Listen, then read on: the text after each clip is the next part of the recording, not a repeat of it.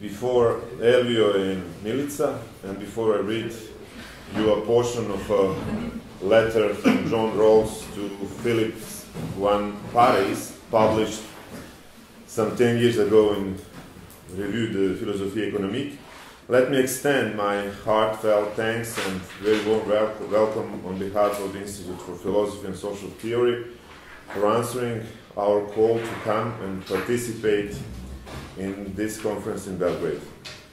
Elvio and I were remarking that these conferences happen every year, so I sincerely hope to meet again next year in Rijeka. To that end, I think that from next year, the organization of these colloquia will be taken over by the Center for Advanced Studies, Southeast Europe, which has its seat precisely in Rijeka. Several of us here are already involved in the center's founding and operation. We will speak more about the center today and tomorrow. As you can see in the program, our efforts are helped by the Ministry of Science and Education of the Republic of Serbia, the Erste Stiftung from Austria, and the German Marshall Fund from the United States, and I thank them for this. Your lectures will be recorded and uploaded on our website, although we will not record the discussions. If anyone wishes not to be recorded, please let me know as soon as possible. We will be having lunch both days not far from the building of the Institute, and dinner both tonight and tomorrow will be in the vicinity of the hotel. I have to ask you to adhere to the schedule closely, especially tomorrow, since the regular seminar is held in these premises in queer studies in these premises during our lunch time. In addition, I would like to inform everyone that Jonathan Wolf will hold a lecture this evening at 7:30 p.m. at the Belgrade Public Library. The title of the paper is it immoral to put a price on life? The lecture will be followed by dinner. The Institute, you may have noticed, is undergoing construction. I must beg your indulgence for this noise, the bad smell, and the catastrophic state of the toilets. Shortly after meeting Van Paris, who is professor at Louvain at the time, John Rawls, or Jack, answers his criticism of the manuscript for the Law of the Peoples. In the following passage of the rather long letter, Rawls explicitly mentions the European Union, perhaps the only one and only time, and openly shows his own anti-capitalism.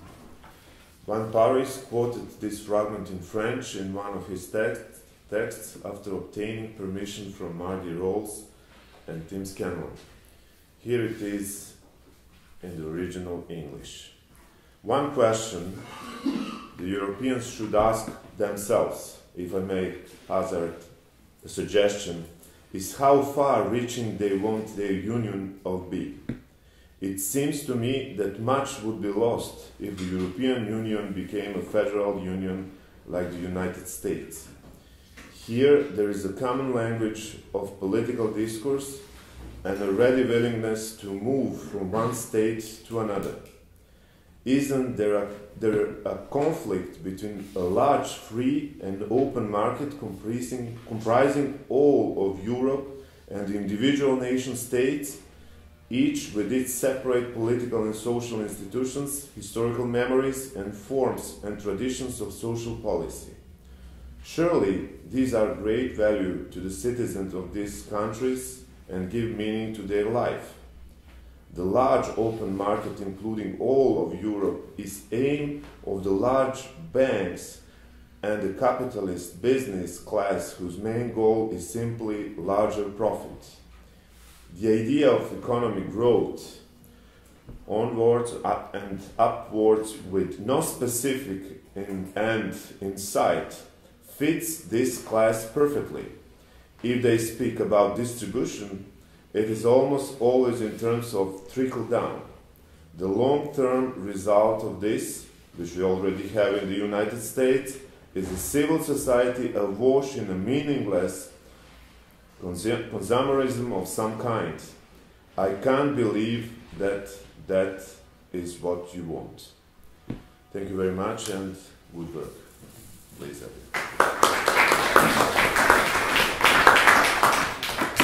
So Peter, thank you very much.